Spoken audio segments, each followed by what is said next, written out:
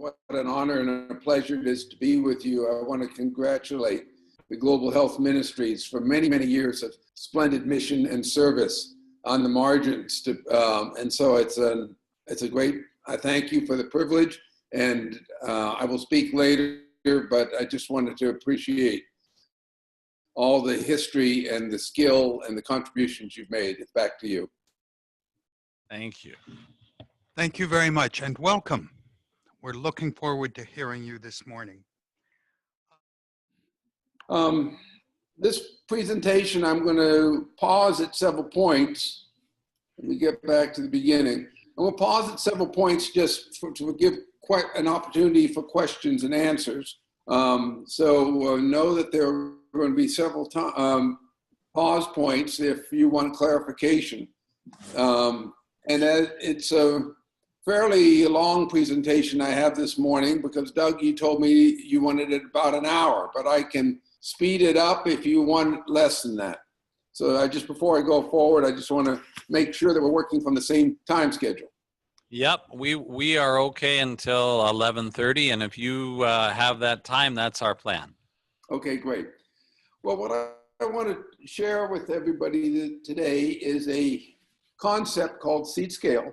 And what is distinctive about SeedScale is what it says here on the screen, that it can be used by communities, and the emphasis here is communities, to shape their actions and also to get partnership from the outside and to use their government support services, whatever the government support services might be. Because one of the challenging things in our work as missionaries, in our work as social change agents, and as our work as citizens, is to learn to use the enabling environments, whatever they are, because often we don't consider them enabling, and we consider them hostile. And as soon as you consider the environment in which you're working hostile, you're going to be making your work a lot more difficult. So what SeedScale is doing is to allow that environment that you have to be an enabling environment, such that it will result in an improved quality of life, inclusive for all people, and leading towards sustained livelihoods for everyone. This is a tremendous vision, and the exciting thing for me over the last quarter century that we've been working with SeedScale is it seems to work. And I will share the concepts here now behind SeedScale, but evidence that it works is in some of our books that we've published. Many of you have seen either Just and Lasting Change or Empowerment on an Unstable Planet, but also the websites referenced here, future.edu and future.org, give more evidence, and there is now applications that we're aware of in 40 countries of this method. It all began in 1993 when the executive director of UNICEF, a wonderful man by the name of Jim Grant, asked my father and me, and some of you know my father, he was Carl Taylor, the founding chairman of the Department of International Health at Johns Hopkins University. But I had had some success in the environmental field and with community-based approaches. And so Jim had asked my father and me to co-chair a task force to review the evidence on community-based projects worldwide that went to scale and were sustainable. And we released 2 monographs in 1995 at the UN Summit in Copenhagen. They were very well received. And that began a series of field applications in a number of countries, and then a series of publications that have now followed. And as I mentioned, some of you have seen those. The basic idea behind SeedScale is what is the name. Now, SeedScale is an acronym, but I'm not going to particularly concentrate on the acronym. I want to concentrate on the idea. And the idea is that we can start with a seed of human energy that is a success that a community has, and we can grow that to scale. And what is being grown there is the success. And one success is expanding to reach more people and to improve the overall quality of life. And the interesting thing about this definition is that it doesn't matter what the success is. What matters is whether it's owned by the people. If it's owned by an outside group, let's say a mission group, or the World Bank, it isn't a success of the people. But if the people have something that they own and they believe, it is like a plant that can be grown, and the benefits from that plant will expand to more people as those people own, and the quality of life improves. This sounds like a magic solution, and I can assure you that it feels magical when we see it happen around the world. Now, some reason, okay, now my computer's working again. Let me emphasize a key definition, which is the way we use the word community. Typically, community is used to mean a geographical group, but in SeedScale, community means a group of people who share something in common and has the potential to act together.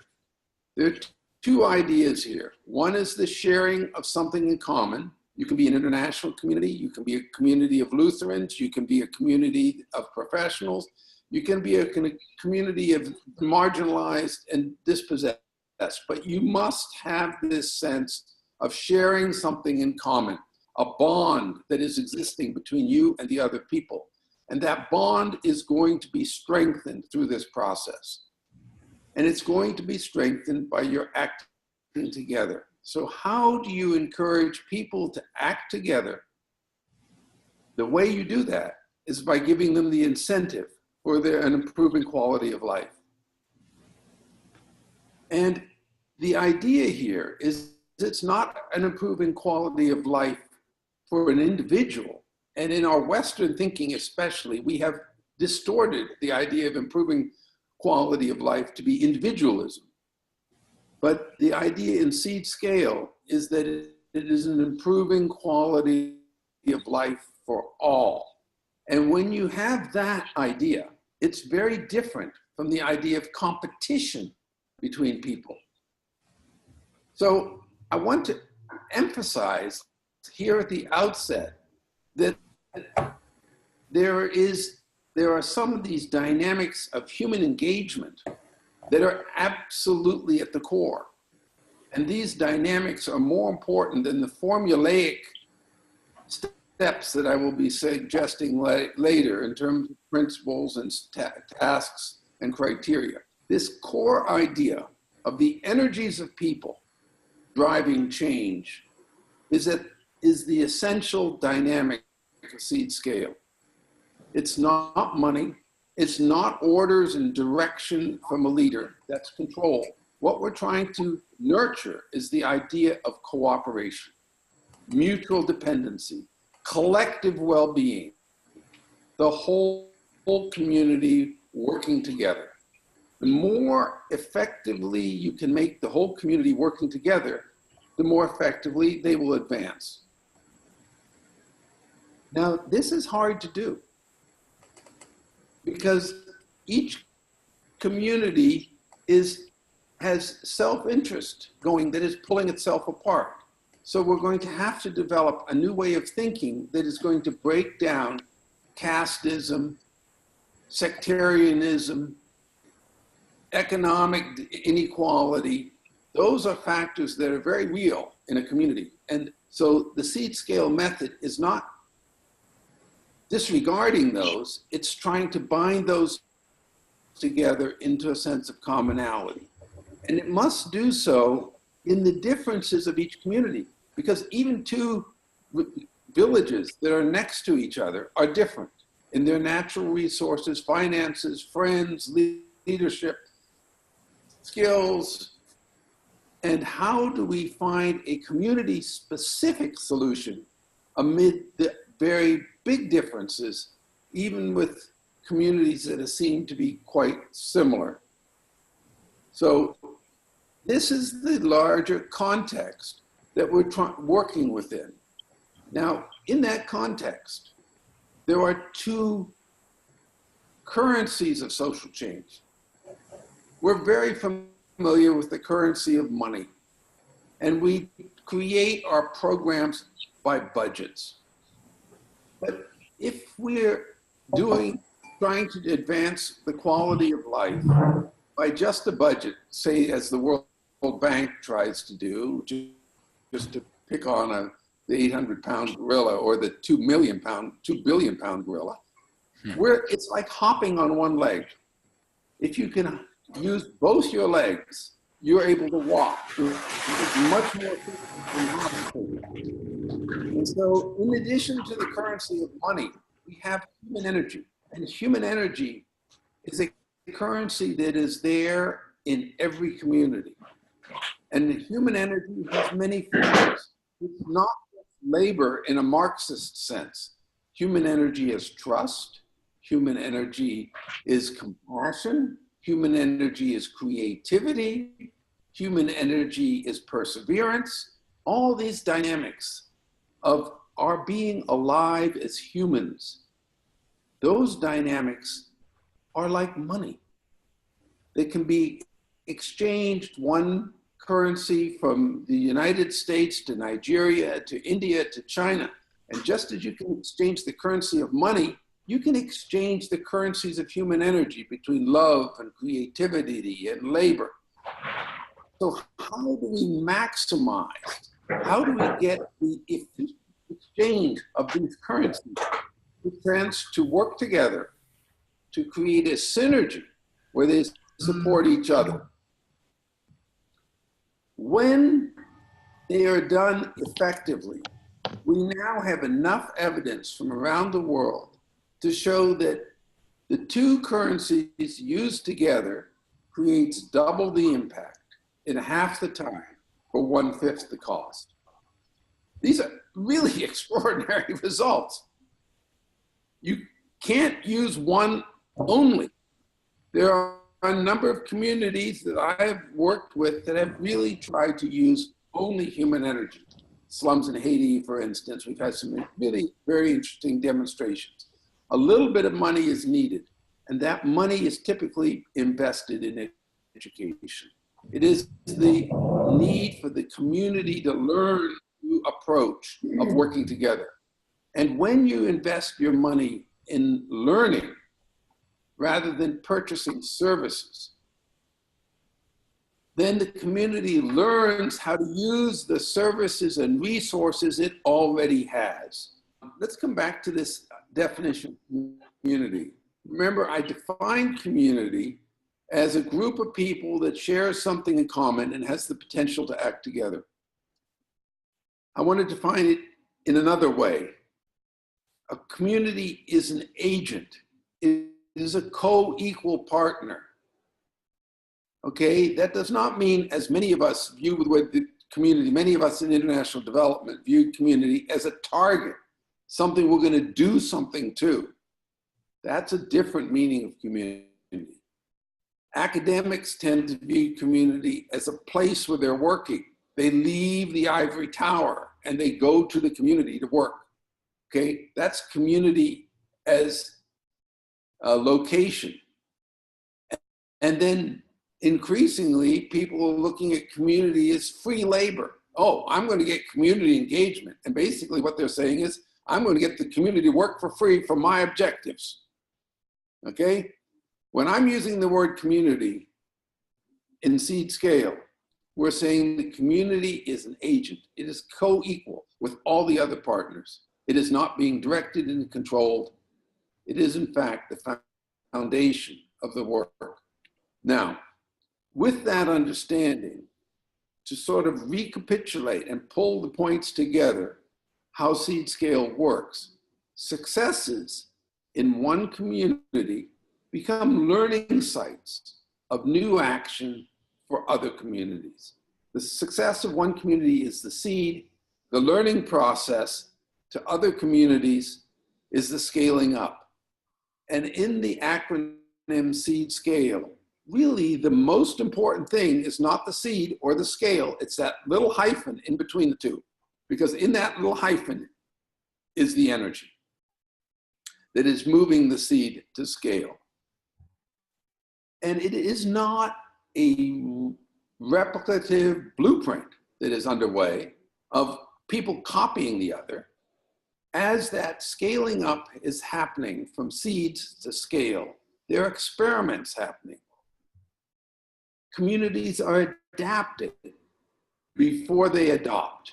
And the more successfully and adeptly they adapt in order to adopt, I'm playing with all the vowels that I had to learn in third grade,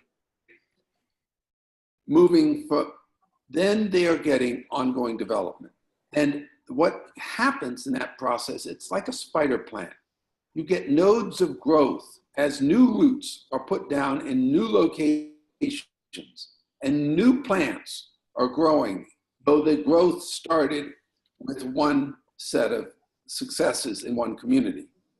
And as this growth is happening bottom up in these new nodes, communities are using primarily their resources, adapted to their locations, so that you have this authenticity of place and growth from resources they already have. So we're once again looking at every community as wealthy because they're growing from their own resources, but they're growing within the enabling environment of their government policies, whatever those policies are.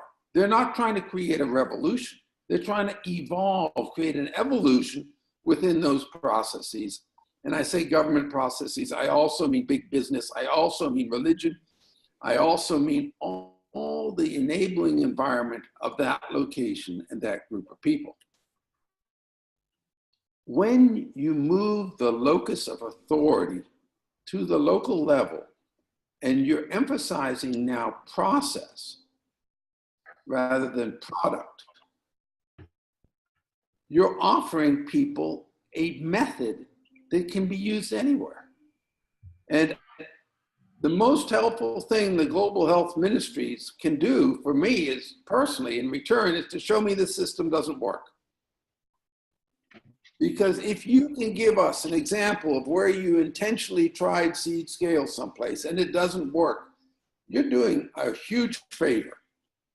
But what we have now found in many locations, as described in the books, and not just using SeedScale intentionally, but seeing that the dynamics of SeedScale have been functioning, what we have found is that any community can start to improve the quality of its life. And the more they couple and partner with the enabling environment, even that might seem disenabling, the more effectively they take advantage of it, the more dramatically they're going to go to scale in an organic process way, using and growing from their resources within their enabling environment. And the more that happens, the more sustainable is their process. It isn't just building a new school. They required a budget to come in and outside teachers. If they can grow that school in their own mosque or their own church, not having to build this outside school, using resources and government stuff that's already there, then they have something that is growing and it is going forward. And this is what SeedScale is trying to do. It's trying to create a momentum, the hyphen. Now, if there's any slide that is absolutely critical to what this whole show, it's the one that's on the screen right now. It's what we call the revolution of rising aspirations. Many of you will have heard of the revolution of rising expectations, which historically has been suggested to lead to a crisis as people's expectations exceed the resources available. But the revolution of rising aspirations is a different way of engaging the same challenge. We all have, as human beings, aspirations for our lives, individually, our families, our people, our nation. So this correct starting point is to start with our aspirations, that which is at the core of our lives, that which we hope for. And one person's hope, one community's hope is going to differ from another. So we have to find that fire, that hunger, that hope that is in each of us. So if we begin with that which everybody has, because if you didn't have that, you'd be dead. Okay? If you are alive, you're going to have aspirations. Everybody, we're starting with a common starting point. We're talking about a universal process, and that beginning is aspirations. Now, how do we lead aspirations to action? This is what SeedScale is going to help you with. And as one aspiration leads to further aspirations, the aspirations change. We have rising aspirations. Those rising aspirations, if we have more people participating, now are a much greater, more powerful force. And they also have access to more resources. That is a feedback loop where the seeds in one place can lead to a rising scale of impact in numbers and in quality of life. There's a direct correlation, a feedback correlation between rising numbers and rising quality of life. And this synergy between qualitative and quantitative, you get something. The quality of your life is improved. It might be that your child has gotten over a case of diarrhea. It might be that your local volleyball team won a game. It might be anything, but the quality of life, the quality of your hope has gone up. So once the quality of your hope has gone up, that draws in other people. The quantity goes up because other people want to get into that. And that larger number of people participating, if it is channeled into positive direct movement, that will grow a more vibrant community. And people start to experiment. They start to move life improvement. And this increasing number of people and rising quality of life is then what SeedScale is doing. So I want to pause here, as I mentioned, and give you all a chance to ask questions. Do you understand what I'm saying? And then I'll keep going. So let me pause and for the issues of clarification and questions.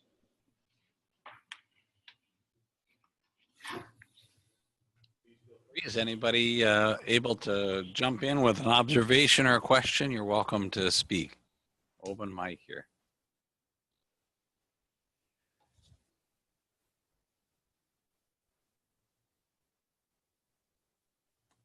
Well, we'll have more chances. Yeah, we have one question here. Okay, please. Yeah, I was wondering if you could further define scale. You know. Yeah, the scale has two dimensions that it's coming out of the what I just was referring to about quality and quantity. Usually scale is just, or frequently I should say, scale is used just to mean increased numbers of impact. Your project is getting bigger. But we have found that if that is to, when that happens, I should say, also it must be also creating a scale of improved quality of life. So a health service is just getting more and more people coming to the health service without registering, let's say, improvement in the quality of mothers' lives, opportunities for the women in the community, or improving of economic output in the community because people are healthier. This qualitative life is very important because that's actually what people are hoping for. Few people sit around hoping for, except the people, let's say, hoping for an improvement from a particular disease, except those people who have that disease. But everybody's hoping for a rising quality of life. So this feedback loop, the synergy between quality and quantity, we find has been a necessary redefinition of what scale means. Thank you. I wanted to ask about the leg of the stool there, the government or local institutional involvement, and it's rather common in my experience to encounter corruption and sort of a top-down orientation from the governments, and it's hard to imagine sometimes how they can be a positive partner, you know, an agent. I do appreciate so much what you're saying about working within that context, but I'm troubled by how to proceed when you don't perceive or experience the government entity as a positive partner. Well, My other commentary I have is that experience I've had has been that all things being equal, if you're doing well in the other components of community, you know, development and so on, that they become agents of reformation of the government in terms of holding them accountable for what it's supposed to be about. So that's a dynamic of this process that I think it'd be interesting for you to comment on. thank you very much for the question. It's absolutely at the center of much of the tragedies of development, corruption, and avarice, and actually blatant exploitation. My experience has been the more you emphasize budget, the more corruption comes in. The more you emphasize something that's hard to steal from people, which is their energies, the less that you worry about corruption. I am not in any way minimizing the reality of corruption. Right now, we have a rather large project working in Afghanistan. We have about 120 staff people. And that government there is just about as pernicious and avarice as I've ever seen anywhere, because people are desperate in this context of war that they're having. And so they literally at gunpoint are taking from you. So what I'm trying to say is that it's a very real force, and you've got to figure out ways that are site specific to not be offering them what their instinctive reaction and what they instinctively want. If you don't have money to give, they won't, you know, you can say, I'm sorry, we just aren't going to do a partnership today. But at the community level, communities will also want you to give them a new school. They will want you to give them new things. And what I have ended up doing now in many instances around the world is simply walk away. If you have to work there in some spot, they have you, and they can use that as a force. But, you know, I think that there's real meaning in Christ's metaphor of dusting the dust off his sandals and walking away. And that is voting with your feet is the best way I have found of dealing with corruption. And going to someplace else, it might not be that department, it might be a different department in the government, it might be a different level of government, it might be a business or something. But when asked for corruption, as I think we all know, it doesn't help to do and to acquiesce, but really the only answer is to walk away. Now, having said that, I do give gifts. And when we were setting up national parks in China, we ended up setting up 11. The Communist Party typically wanted money. This was especially in the 80s when China was not a rich nation. But so from time to time, I would give them a Land Rover, a Land Cruiser. Okay, what's the difference between a Land Cruiser and money? Well, they both cost a lot of money for one thing. But, you know, the point is that sometimes you do have to give gifts. And giving a gift that is a transparent public gift is very different from giving a gift that's under the table. And so you give a Land Cruiser, let's say, it's got the name on it and it's got the purpose written right on the side. It's clear that the gift was given, but the purpose was also registered. It takes creativity. It is a terrible problem. There's no surefire solution. Good luck and Godspeed as each of us works with this one. wondering about your Real- sense of the reforming power of the seed scale work in relation to government, which I guess in essence involves expanding community from the locale where you're working and incorporating government as part of community. So that I think that the seed scale program is a way in which government can become more of a positive agent in collaboration under certain circumstances. Any comment on that? Yeah, you know, I think one of the most exciting things that's happened in recent years is the Me Too movement. As women have brought forward their historic victimization. And that was possible because of social media. It was possible because of making things public. The example I just gave you of a Land Cruiser, which first of all, it happened. Secondly, I shared it with you sort of tongue in cheek because they're darn expensive, as I think everybody knows. But it worked because it was a public event. It was like setting a signboard in the community. This official has to do this work. And social media now, we have a lot of potential to make public and to get the community engagement. And that's what we're trying to do. That's where I think your question was pointed.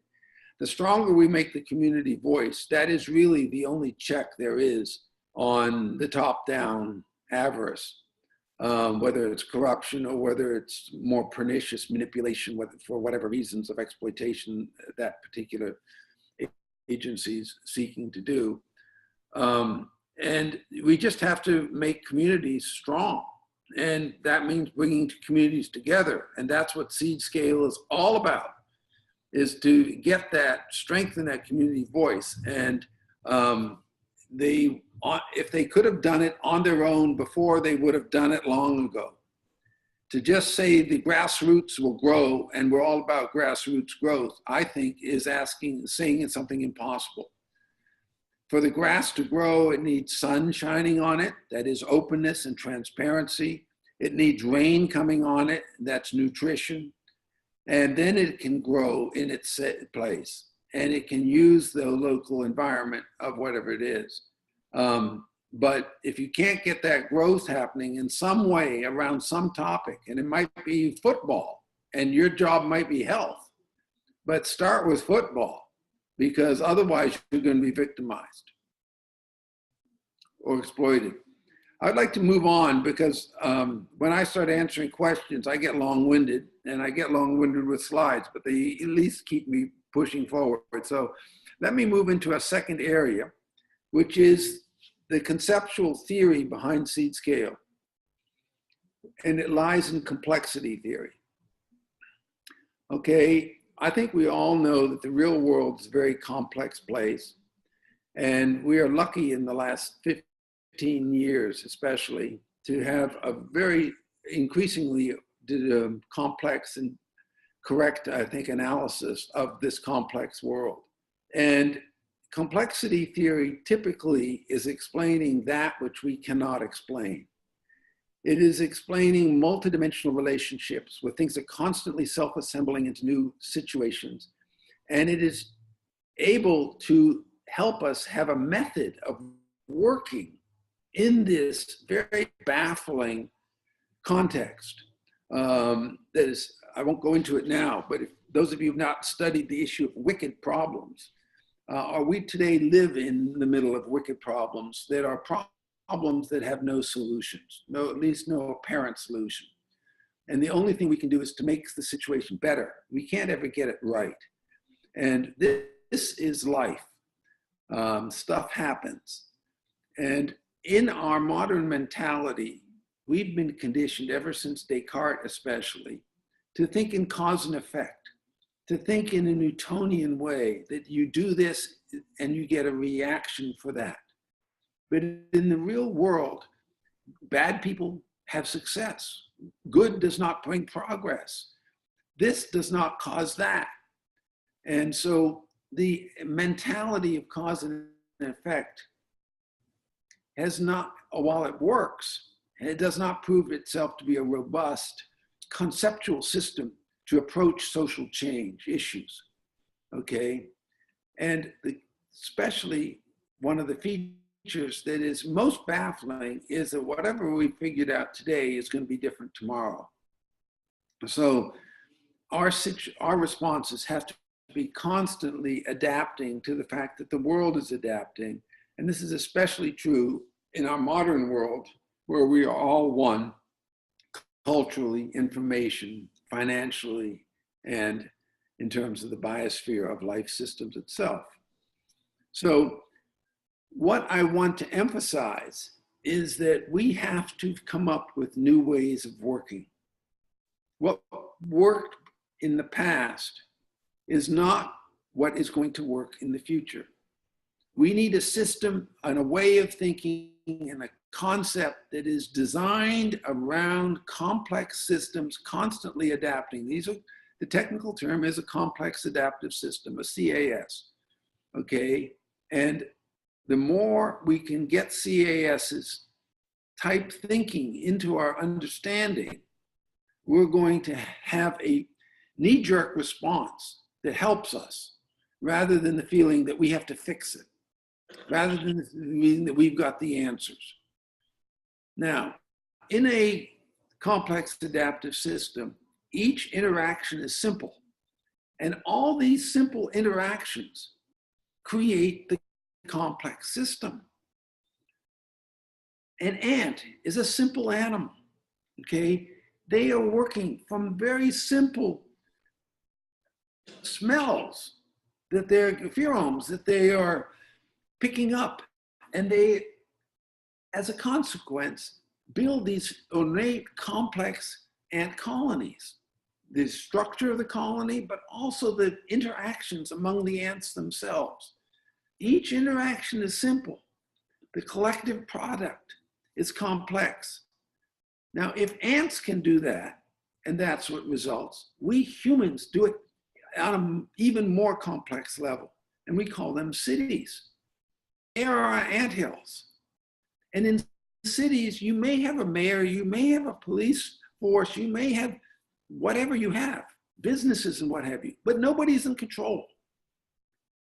Even under Saddam Hussein in Iraq, he wasn't in control. He was a very powerful actor. The system was in control, okay?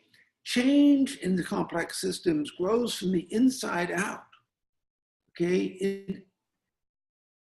You go into a slum. A slum doesn't have a mayor, it doesn't have organization, but there is organization, there is safety. Some of the most exciting successes we at Future Generations have had is in the slum of Port-au-Prince in Haiti. Cité Soleil is a community or a collection of communities of 600,000 people at the bottom of the hill of where the capital, Port-au-Prince, is. The garbage washes down out of Port-au-Prince and fills the streets of Cité Soleil. There are gangs that roam, but the gangs were not in control either. They were fighting with each other, okay? This is a complex adaptive system. And the question is, it relates to the earlier question of how do you work with government?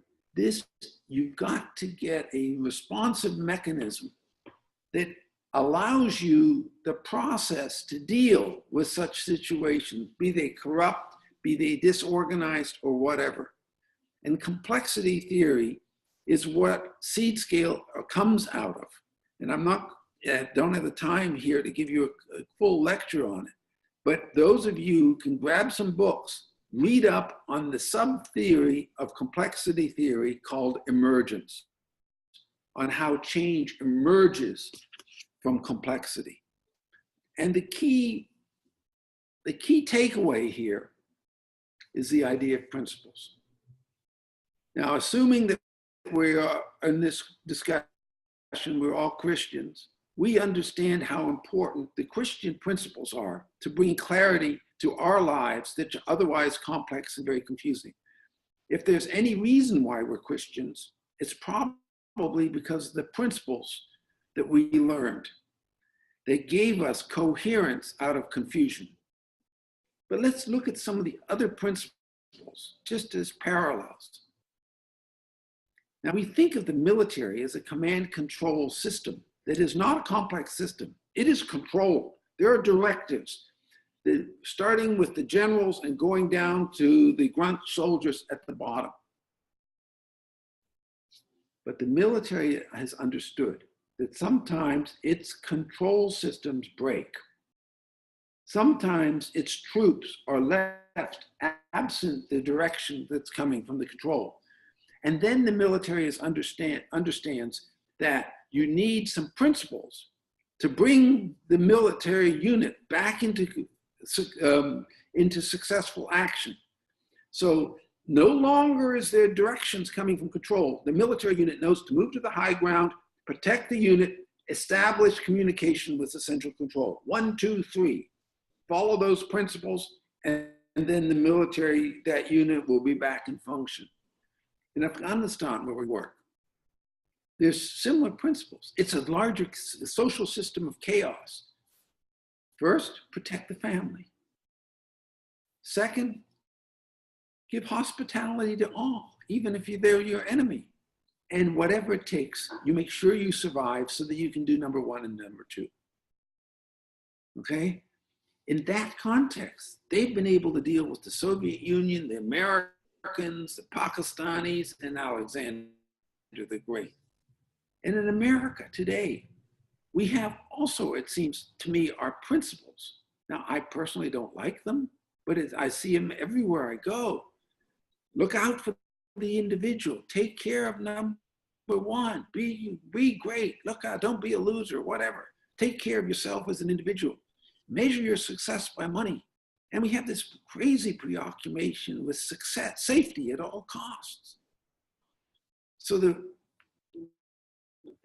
we've created ourselves these little bubbles, and we call it America, of increasing isolation.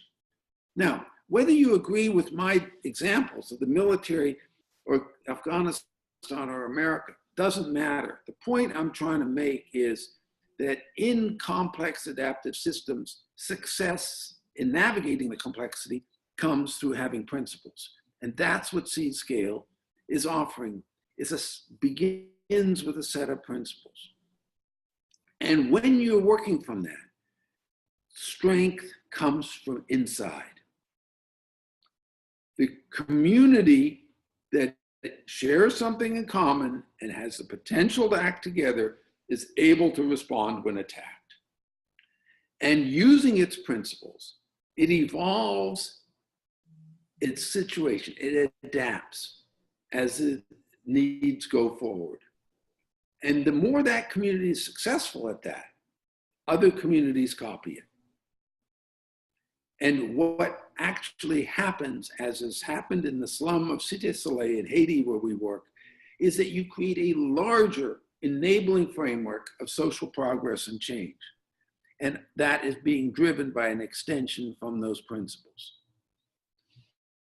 And what you see now is a dynamic process of social change that is growing from the inside. If you try from the outside to redirect it,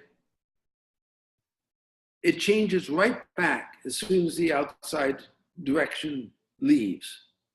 You can you can invade a country with military force, control the communities, but as soon as you leave for whatever reason, that community will go back to its earlier situation, which is based on its principles.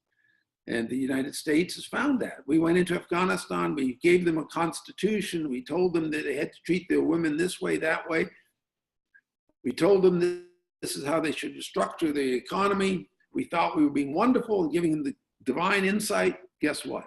They went back to their traditional values as soon as they could. It's like a river that's flowing.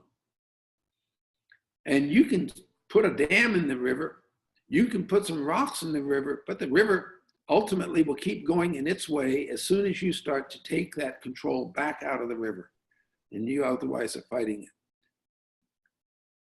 One of the most, I think, helpful concepts here is to start to break down the lines between society, economics, and the biosphere of the world.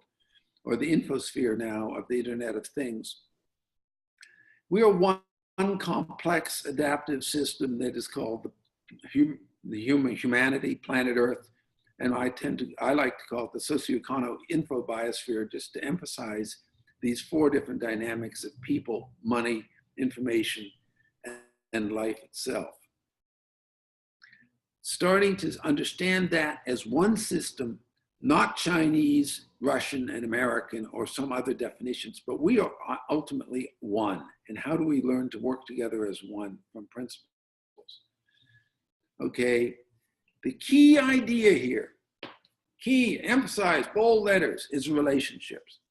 In complex adaptive systems, change happens from the inside based on the relationships among the parts. The parts aren't what is important. It's the relationships among the parts. It's impossible to predict what's going to happen, but the relationships will define that. And the relationships that are present inside the system are engaging all the dynamics of the system. And it is causing that system to grow from the inside out. So what SeedScale is doing, it is giving you a process to deal with the complex adaptive systems. That means that the idea of development is impossible. All systems are always developing. All systems are always changing. There is no perfect state. Okay? Those of us who come from the Christian tradition know that we're always reforming. Maybe there's salvation at some point, but until that future point that's a total mystery comes, we're always reforming and getting closer to that vision. And that's true in our life as people among people. What this means is, if we approach it this way, there are no haves and have-nots. Because the poor and the wealthy have the same human energy. The difference is how they're using what they have. And I'm not trying to minimize the desperation of poverty or the desperation of being exploited. Those are tragic and terrible situations. But if we move from looking at the present of those situations to looking at the hope in those that is possible, then we have to have some way to make ourselves act more successfully. And that's what this process of SeedScale seeks to do. It seeks to create a momentum among people, a momentum of moving from the present into the future.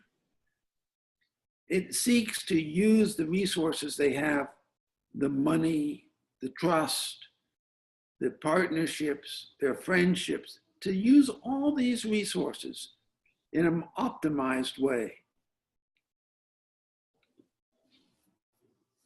Now, if and when we do that, we've created a force present in the community that will in fact change the top down.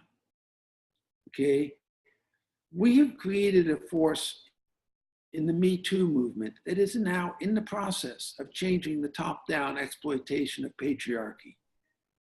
We had laws on the books, but what is really making the change is not the laws on the books, but the enforced behaviors among people that have changed the top down. And what has happened is that we've engaged the bottom-up capacity of people to do what they can with what they can. And they get professional help. And that professional help might be just Twitter, okay? But the more we can do that, costs go down and results go up. So we've got to create this momentum of change. And that is what is going to give hope. Just promising hope is not nearly as powerful as showing hope being achieved. I want to break again here because I've been racing through some concepts and give it a chance for letting you ask some questions. I'm mindful that I've gone an hour hour. I have about another 15 minutes of actually talking through SeedScale. But I think the ideas are much harder to grasp. And while I'm with you in person, I wanted to concentrate on the ideas more than on the techniques. But that's what will follow this insofar as you want to give me some more time. But before that, I want to say any questions for discussion here. Can I just interrupt before we get all of our good questions started? And that is simply to say, Daniel, I look back at our agenda and we do actually have till 12:30 if you have the time. I will be able to go till about 10. Okay. I have to leave at that point. So we've got another half hour. Will So be thanks great. very much. Thank you. Thank you.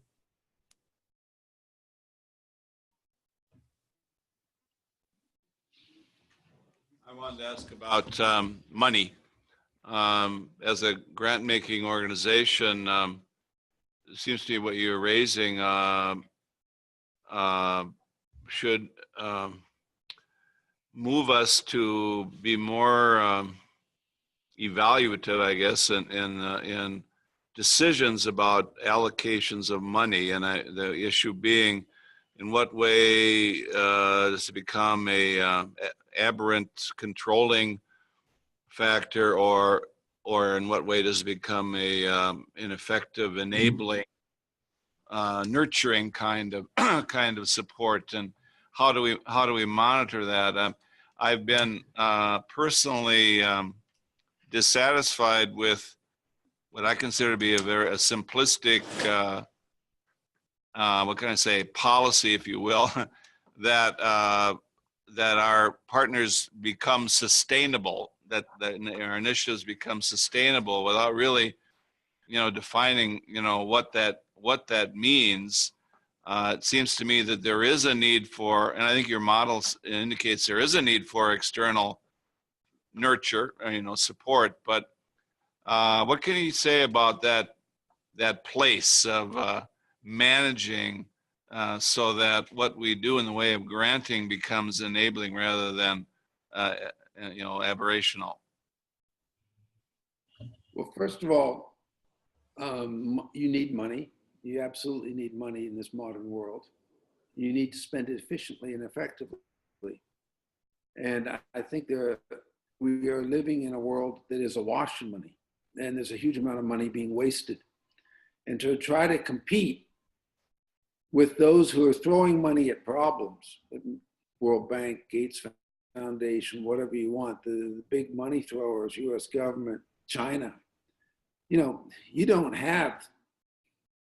don't have money to compete with them on the grant making side. What you have is principles. And you've got to couple the grant making you have with your principles. And I understand that the accounting firms, you've got to go through an A133 audit with Global Health Ministries, and that requires very tight controls on all your funding things. So I'm not in any way diminishing that.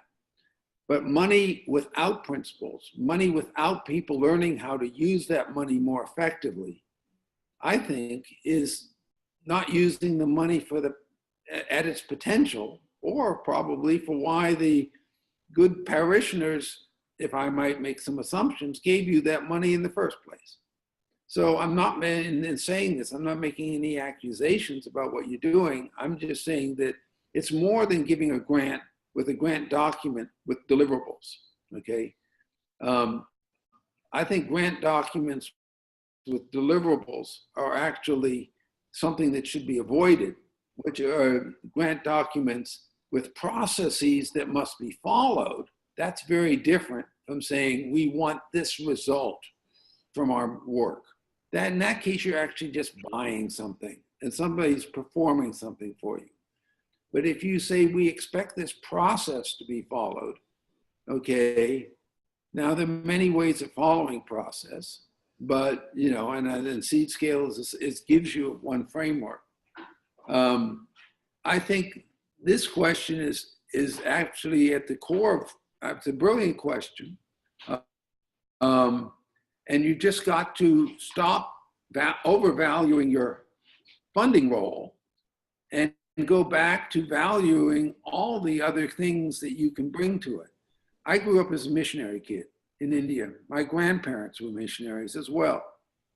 And the best things we did as missionaries was, now I'm talking about 50s and 60s, okay? But my grandparents went to India in 1914. The best things we all did was education. Yeah, we built some hospitals and schools and what have you, but it was the learning of trust and values and all that was extended through that. The valuing of the role of women in improving in the very patriarchal life in the Punjab.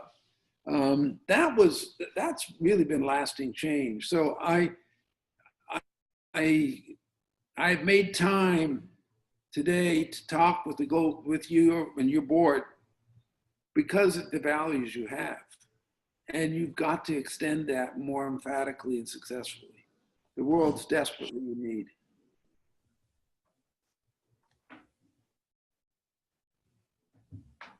This is Nasa Joseph. Dr. Taylor, first of all, I want to just take a moment to say that your father, Carl Taylor, and my father, LBM Joseph from CMC Vellore, were very close friends for many years. So I just was surprised when you introduced yourself as Carl Taylor's son, and that name immediately rang a bell. Your father and my father were associates, knew each other and had a great respect for each other. So nice to meet you via this meeting. I was fascinated with right at the beginning you said that the hyphen is the most important aspect between the seed and the scale and the seed, or the seed and the scale. And that is so true. And just now your comment triggered a thought in my mind, and that's my question. You said baselines are established. We agree upon the goals and objectives with the community, agree on the principles. And I want to remind us and many foundations, quite often just because we are the provider of the resources, provider of the money, we believe that we have the solutions as well. And that is a constant struggle to make ourselves aware that just because we have the resources to share, we do not have all of the answers. And your point was very poignant to say that we need to make sure that we jointly agree on the principles, and it's not necessarily the money that dictates the outcomes. So just thank you for that comment. I spent Pardon me? Go on. I spent 24 years raising money for world relief and development. And I tried to, this 84-year-old brain has been trying to wrestle with the SeedScale in your book. When I first started out, I was really having difficulty trying to zero into it. Then I ran into the words, the Jimmy Yen. And I remember visiting the Philippines and seeing the marvelous work that was being done in his institution there in the Philippines. And later, I also had the chance to visit Drs. Raj and Mabel Aroli in Jamkhed, and to see the kind of almost miraculous work being done on the community-based healthcare. How are those programs going today? Are they still good examples to us of SeedScale? You're going to risk my using up all the last minutes of my time telling stories of deep emotion and love from me. First of all, thank you very much for the reference to my dad. I was blessed by having one of the wonderful fathers. He was also my dear friend. Those of you who've tried to write a book with your father, that's a challenge. We've actually written now 4 books together, but it brings back all sorts of family dynamics. In this case, now we've actually written a book, grandson, with my son, myself, and my father, so that this is a family business. And we have the family includes certainly many colleagues at places like Valor, a Christian Medical College, one of the world's truly great institutions. So thank you for that. And raising money, I want to come back to that, but let me just say, in the way of raising money, I have a discussion going right now with the Gates Foundation to do community-based health work at scale. And if this discussion moves forward, maybe we can have a discussion with your board, because you might be interested in partnership. And so I was making a fairly high-level presentation at the Gates Foundation to their health team. And in passing, I made the Jimmy Yen reference and saying, just look at what Jimmy Yen was able to do with starting the Barefoot Doctors program that actually was a foundation of what Mao Zedong built his revolution on, and it's described in the book as you reference. Well, the interesting thing was, as that meeting was breaking up, the man comes forward, he says, you know, Jimmy Yen was my great uncle. Now, my mouth fell open. I said, everybody else in the room, I said, do you know who Jimmy Yen is? Nobody at the Gates Foundation, except this chap, his name's Hugh Chang, knew who Jimmy Yen was. I said, Jimmy Yen is as great a figure as Mahatma Gandhi in the field of social change. And if you have somebody in the Gates Foundation, of all places, who's a relative of Jimmy Yen, you should have this guy running the place. Well, Bill and Melinda Gates were not in the room, I can assure you. But the point is that the IIRR is now based in Kenya. It's doing great work. They're having a lot of trouble getting money. Their board wants them to build their program around budgets and money, rather than and while at the same time saying what they call is the credo of Jimmy Yen, that is what you were referring to.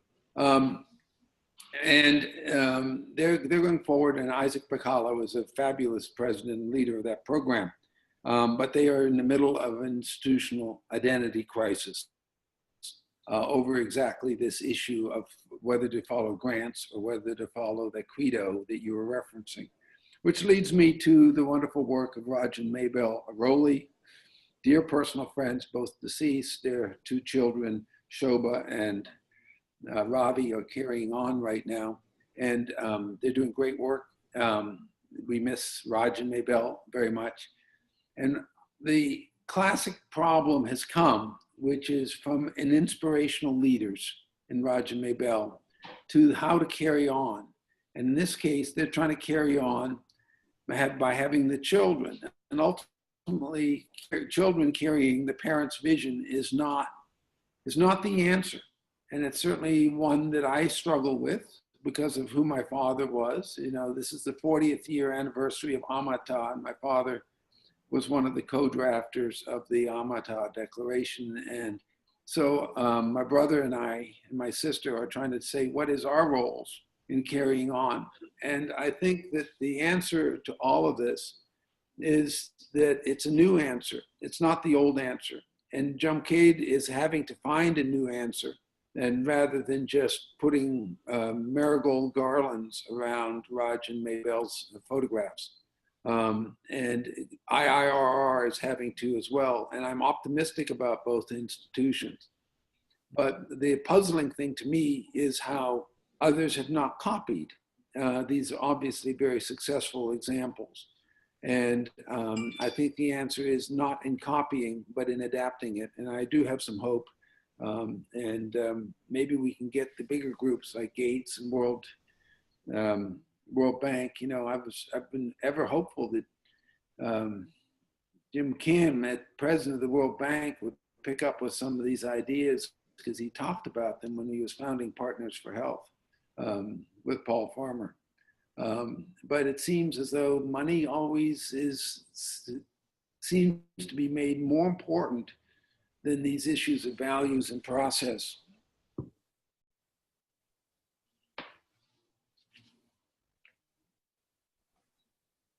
Shall I keep going?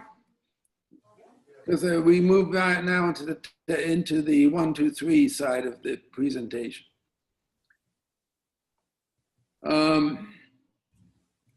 Most people's energies are spent on their jobs. Their resources are spent taking care of their families. And that's true for communities that are trying to pay for their police forces or clean up their streets, just as it is for families.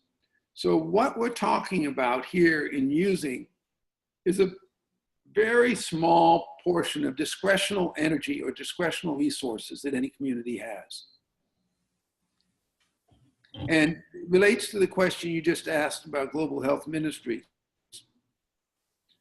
You have with the resources that you bring, and whether it's Madagascar or Nigeria, wherever it is, your challenge is to use your resources to allow them to use their resources more effectively. Don't be confused to think that your resources are going to get the job done. Your opportunity is to use your small portion of resources to magnify the effectiveness and the optimization possibility in their resources. And if there's any one word that I would offer for that, it's that you can educate them to learn from experience. And okay, I've already made this point about people who are sharing something in common. But now what we're emphasizing is to maximize their potential for acting together. And in this, as I mentioned before, we're working from principles.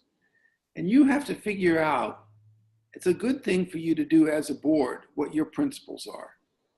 Okay, what are the principles that you want not to work from as a board, but you want to advocate for? Not the value, well, the values, yes, but what are the principles? What are the building blocks you want to pass to people?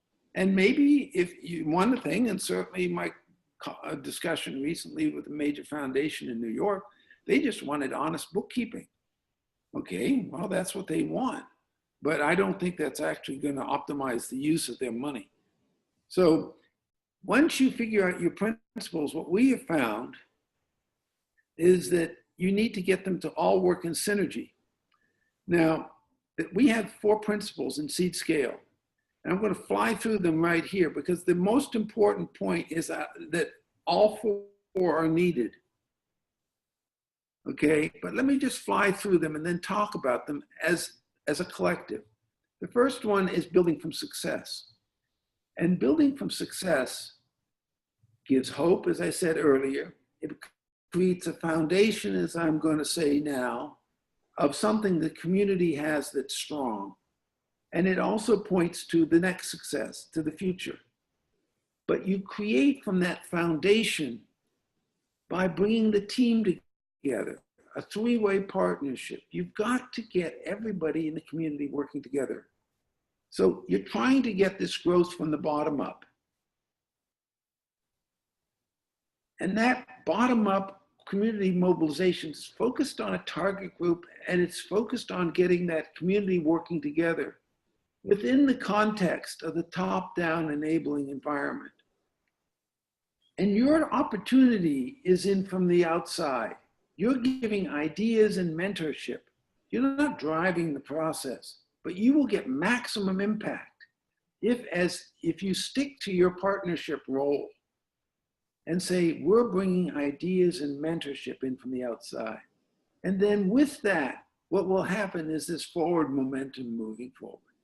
Because you have taken the community's mobilization, working within the top-down enabling environment, and by giving the ideas and mentorship from the outside moving forward. And the way you learn how to do that is by finding evidence. The problem is that people usually the leaders want to make decisions based on their power and their opinions. And the donors want to have results based on their money. And the loudmouths in the community want to have their personal opinions carried forward. But power and money and opinions all can be wrong. So you've really got to get away from potential for error and move closer to the opportunity for accuracy. And that's evidence. And in the modern world, we got a lot of ways of gathering evidence. And I'll hit a few of them here. But there's, I can't give you our full 2-year master's degree in this session. But the outcome that you're trying for is this fourth principle. It's behavior change, okay? And fundamental, lasting changes happen when people change their behaviors, okay? Getting behavior change in health is really what you're wanting to do always. It's not to deliver health services or health resources or technologies, because all of that can get damaged. But if you can get behaviors to change, that can scale.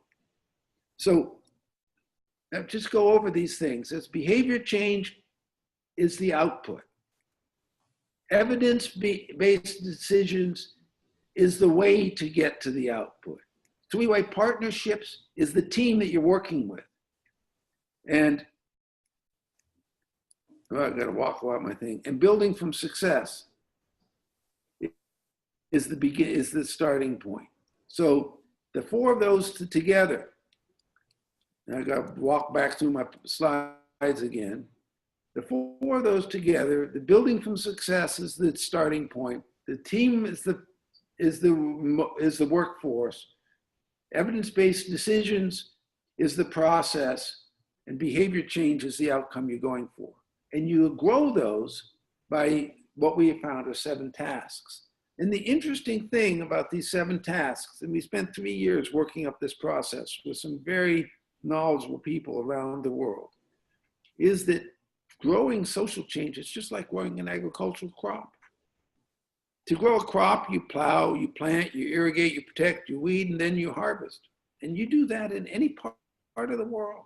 Some places use more technology, some places use different seeds, but everybody plows, plants, irrigates, protects, weeds, and harvests. And so we have now in social change a similar set of tasks that you can use to grow prosperity in communities. And the first time you grow a crop, it's not very good. The soil's rough, there's rocks in the soil. So what you have to do is to go back year after year after year, and then you actually develop a field that's productive. And the same's true with these social change tasks. What's really important is to go back year after year and practice as a community, learn how to do them.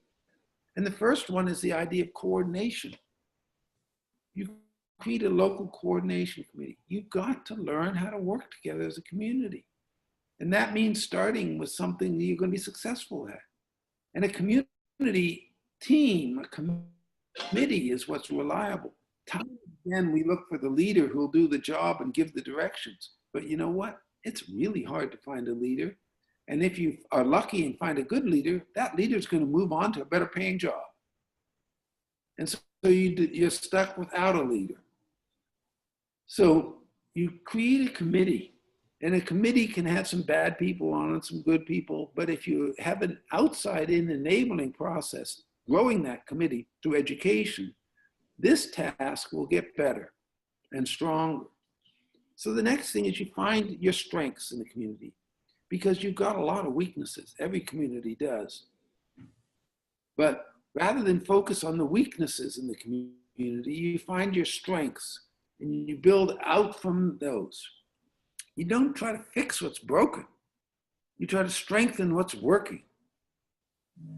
And time and again, I found, as mentioned with Jum Cade and Raj Mabel, they were health workers, they were medical doctors, but they started with a volleyball game. That was their breakthrough. And so these successes are already there. They're owned by the community, and you identify those. And then you've got to get an education, because there's wonderful things happening all over the world. And now we have these things called smartphones, and there are more smartphones in toilets. There are more smartphones in bicycles. It's the fastest growing technology that humanity has ever experienced. It's only exceeded now by the technology of pen and paper. And in the next few years, smartphones are going to surpass pen and paper. There are people all over the world now with smartphones who don't use shoes, okay? The technology of a phone is passing the technology of a shoe. So how do we learn to use the technologies that people are using? And I'm an old man, and I hate my smartphone, and it frustrates me every day. But I'm trying to learn how to use it. So we engage in study trips, and the best ones I find are actually going and seeing people. But if you can't, you use your phone, and you connect. Therefore, but you have to intentionally use it. And now with the internet, we often don't even know what's truth and what's falsehood. So we have to find ways of verification. And we bring that home and we gather local evidence. Now, what is local evidence? I assure you it is not hiring a bunch of PhDs at neighboring university to come and do complicated surveys, because by the time you get their data, it won't be useful. There's a lot available on the internet, but often it isn't localized. But in SeedScale, we have a whole method for gathering local evidence based on key indicators. But one of the most powerful ways of gathering local evidence is learning how to take pictures. Not pictures that are selfies, but pictures that actually show relationships within the community. And one of the most powerful ways of presenting that is in mapping. And with the modern technologies, we got all sorts of interesting mapping techniques, from GIS to story mapping. My denomination, which is Presbyterian, is using story maps in some very, very exciting ways. So gathering evidence and presenting it so that we can address local priorities, so that we can document change occurring. Documenting change. Those of you who have a scientific background know about the importance of what they call the delta in science, the change, which means that you have to document the same way repeatedly. You don't go into a community one day and take this picture and go in the same community a month later and take a different picture. You take this picture of the same thing to document what change is happening in that thing. And the longer you can create the time frame across that change, the more of that documentation, the more effective the gathering of local information will be. So it's very important in this whole process to gather local evidence, to get a baseline of data, and then to keep gathering that same data again and again and again. Now, you will learn that your first data was not granular enough. You will learn a lot as that data is coming in, so you'll have to get subsets of data. But then as those subsets get accumulated, you've got to figure out how to simplify it, because people ultimately are only going to work from simple facts. They're not going to work from 40-page reports. They're not even going to work from 3-page reports. They're going to report from simple facts that are presented in the news media or on Facebook or on Twitter, and they have to be showing accumulating delta, accumulating change. And then you create the work plan. And the work plan, in our experience, in many countries now, needs to be so simple that a politician can understand it. The work plans that they first created at Jumpcade were brilliant. They went to a mud house in the villages and they whitewashed it And they wrote on the side of a house with charcoal who was going to do what, when, where, with what, and who their partners were going to be. And they put up this sign, and everybody knew in the village who was not doing their job. And it was Mabel Aroli who came up with that idea, and it was a sheer genius. And then you invite the politicians in and you to point out to them that they haven't done their job. And the social pressure gets to management. Now we can do these work plans with all sorts of electronic resources. They can be up on websites and other ways, but they have to be in people's face. They can't be on bookshelves. And so you've got to be monitoring that, who's doing their job, when it's done, and where it is. And it's got to be public, and it's got to be very clear. And the most challenging problem in work plans always is people who get too ambitious. You want really simple tasks that everybody's going to do, because the worst thing is a work plan that doesn't get completed. So better to have really, really easy things to do, because that's where you will be building this energy, this sense of hope. And so a good plan is usually a very simple plan. And most people do just the opposite. They create an impossible plan because they think that sophistication equals quality. Now, getting the momentum going is what's creating the change. It's not getting resources, which as donors, we tend to think are what's important. Okay, the resources are useful only when people use them. Okay, that word useful contains the verb inside of it that is the most important. So that means that we've got to figure out how the plan is going to get implemented with the resources, and that is so much of it is in the mind. It's the sense of the can-do feeling, the sense that we don't need somebody's approval for this. It's the sense that the opportunity is waiting, we just have to take it. And then once that's happening, we'll find out really fast whether things are working or not working. Problems will occur, and we will need to make mid-course corrections. And this comes back to the challenge that I said earlier about the cause and effect thinking. We'll say, oh, well, we're not having the effect that we wanted. We've got to get the effect that we wanted. Well, actually, the world is different now. The complex adaptive system has moved on. So you don't want to get the plan achieved, which is what an engineer would want.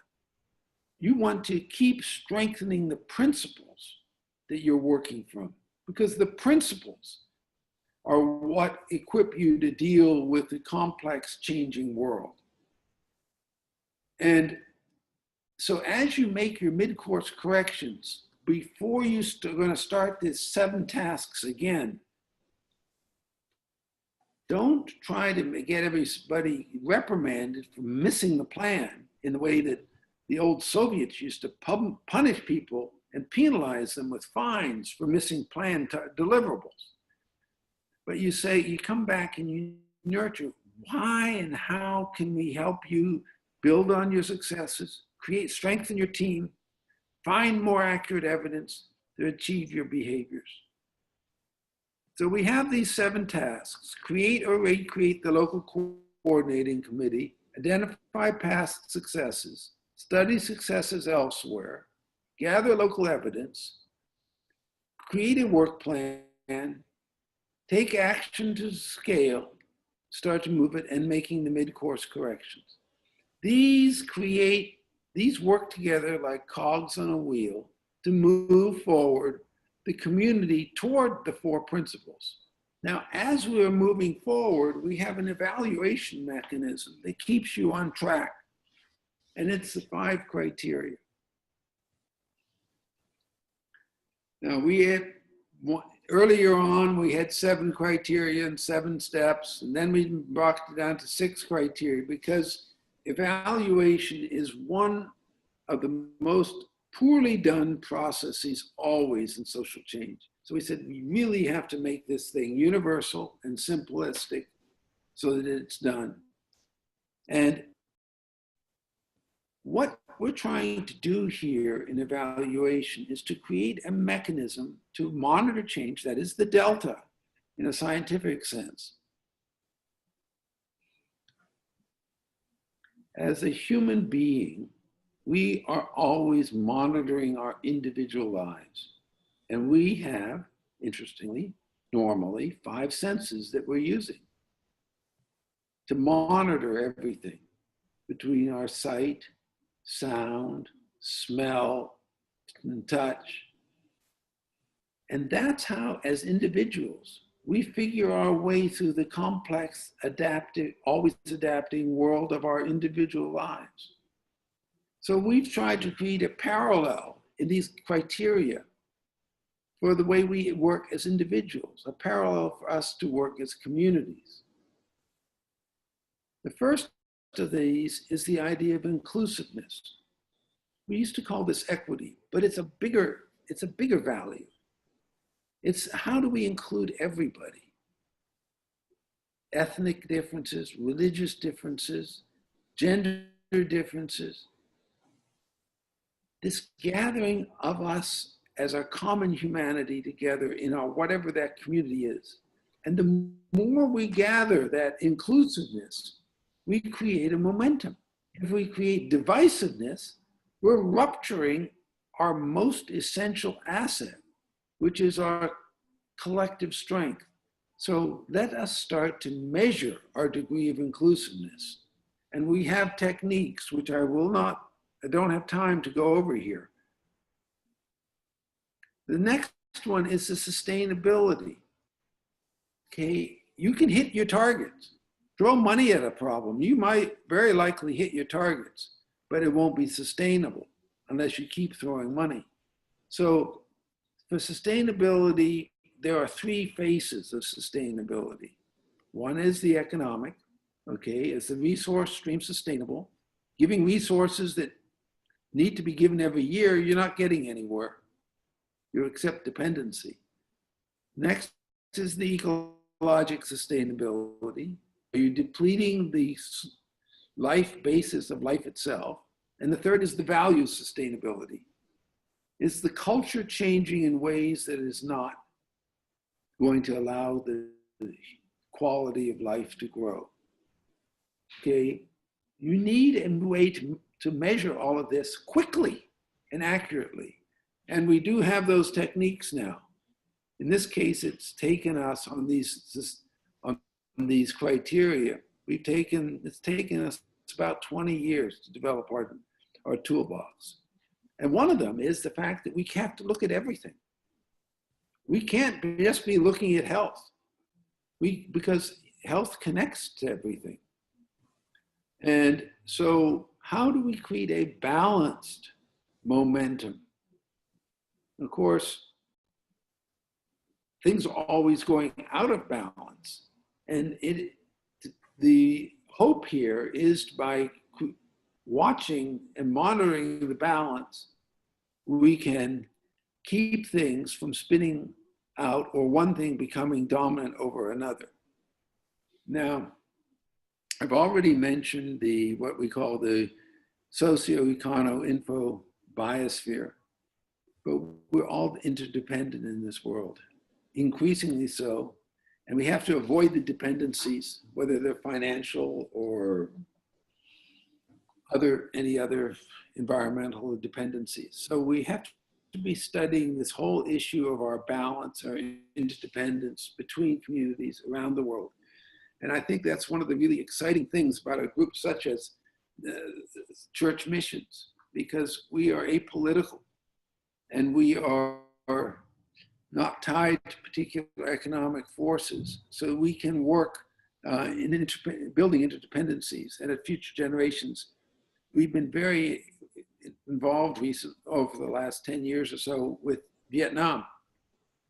And it was the churches that after the Vietnam War kept the links open that allowed the politics to come back, especially the Mennonites. And this interdependency role of church missions, I think, is been something that was very important half a century ago, and it has new relevance now. And so I applaud you for strengthening that. It's increasingly needed. And the last criterion that I want to emphasize is the one of iteration.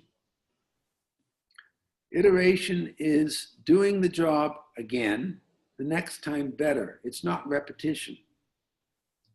And through the iterative process of again and again, and you're building on your successes, you're growing your partnerships, you're improving your evidence, and you're getting ever closer to behavior changes that endure and are inclusive.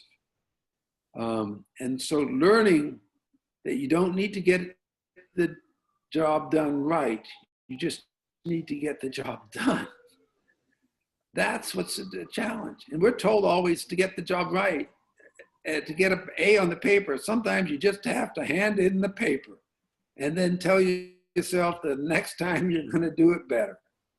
And that's what in complex adaptive systems turns out to be more valuable than to really try to achieve perfection. When you do all of this together, then we get to the question that was asked in the first round of questions about scaling up. It is a complex adaptive system. You have to do it all. You can't just specialize because the other aspects will get ahead of you. So you've got to take the seed to grow the human energy, let that expand in number. That will, as it expands in number, you'll have a larger pool of experimentation working that will improve the quality of life, and the feedback loop there will start to grow prosperity and livelihoods. Because what we're all involved in is a journey to some place that we do not know the end point. We can't, in a complex adaptive system, predict the end point. We are always developing. There is no developed or undeveloped state. Every place in the world is developing, whether it's New York City or Nairobi or Shanghai. We're all developing. And the question is, how do we develop towards the goals that allow us to tackle our ambitious goals and to deal with the very scary forces that are getting ever more frightening, at least they are for me. So this is a journey that will require us working together in teamwork. And it has these various aspects. Scale 1 is the growth in size and numbers. Scale squared is improving the quality by action, learning, and experimentation. And scale cubed is also learning. It's learning how to use the financing, the policies, and the knowledge to promote scale 1 and scale squared. Because we may not like it, but today is all we've got. Tomorrow is gone. And we've got to learn how to use our todays, whatever they might be, in order that our tomorrows are better. And the more effectively we learn that, we're going to change the trajectory of the scaling up formula. It can go 1, 2, 4, 8, or it can start to expand along some logarithmic scale. And the opportunity is totally in our learning. And the more disciplined we are learning from what has worked rather than from dogma, the more likely we are to have a prosperous trajectory. And as this nature of our experience changes and we experience qualitative improvements and learn to adopt ideas so that they adapt adeptly, in that whole process, we will find a feedback loop that makes the process itself better. But with that, I'm going to give one final round of questions. I appreciate very much the chance to share this with you. As you know, I've got books. You can use them. And you've already enrolled one student in our master's degree. I will say she is a total delight.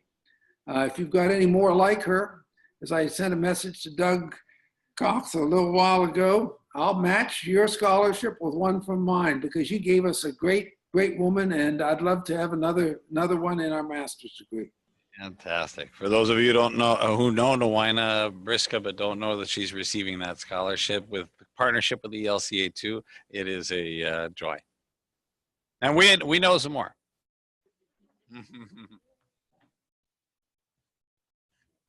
Thank you very much. I have a question. I was looking at the short video that Doug passed on to us to prepare for today. And it's a wonderful, very simple to understand video. And I wonder, I've been working in El Salvador. I would love to have this video in Spanish. Have you translated any of these materials? We actually have SeedScale in Spanish. I mean, we have Just and Lasting Change in Spanish. That's the only one of our major SeedScale publications that's in Spanish. If most of the copies are in Peru, but we can make a PDF. I think there is a PDF of the Just and Lasting Change in Spanish. Dr. Laura Tobeli, who's on our faculty and is in charge of Future Generations Peru. Some of you may know her.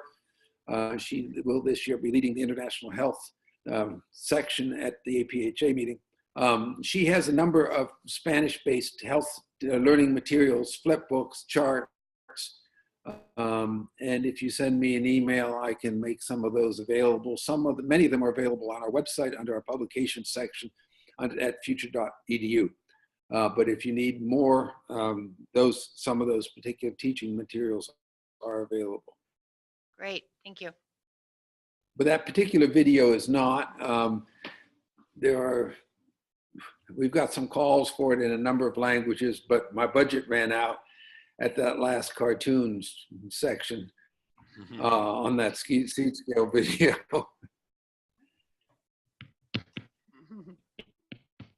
I've got a question. I really appreciated the 4 necessary principles that you shared with us, the building from success, the 3-way partnership, the evidence-based decisions, and the behavior change. My question for you is, what kind of guidance do you have, when the team and the projects that we're working on has all agreed on certain behaviors that are going to change within the team members that are within country, that are within the community, and those behaviors don't change? At what point do you walk versus continuing to fund something that that behavioral, that principles aspect of it is not being adhered to what all agreed to? Well, walking is easiest to do early in a process when your investment is minimized. And it gets progressively harder the longer you're there and the more you have developed an investment, not only financially, but emotionally in other ways. So it's very important. I'm not directly answering your question, so I'm going to come at it first indirectly. It's very important early on as you're starting processes to know your principles and to stick to them. Just as from the earlier the mention of corruption, you start to do bribing early in the process. Prime the pump to get the pump working. So you pour a little water down the top of the pump. Well, after that, you're going to be priming the pump forever. So it's very, very important that to get this process working that's based on principles, that you abide by principles at the beginning. Now, if That doesn't mean that things don't go haywire partway through. And for instance, we had a very exciting program growing in China called the Green Long March. It became the largest environmental movement in China. It had 80 cooperating Chinese universities. We were literally marching all over China with students from those 80 universities, documenting environmental change in China. Part of the evidence-based gathering, using a 3-team approach, building from successes, assuming that behaviors would change in China, and they were at the community level and hundreds of villages that we were working with. It was all very exciting because we had this sort of impact, and we were only spending about $250,000 a year because of the method. And then it became evident that the Communist Party was using this for propaganda for very political purposes. So just as the movement was really achieving national scale, I pulled and I left China with that project. So there are some times that you have to do that. And the question is, can you come back? And I think you can. And I think that study tours are one of the most effective ways to do that. And to say a study tour early on, as you're contemplating leaving, and say, let me go show you a few things. And if you don't change, and you take senior leaders who have the power to make the community, to play the power card, and you show them the opportunity and say, you know, this is what you could do. If you don't do it, we're going. And then you do it. But, you know, I'm going to come back to the Bible metaphor again. That good man, he dusted the sandals and he walked at times.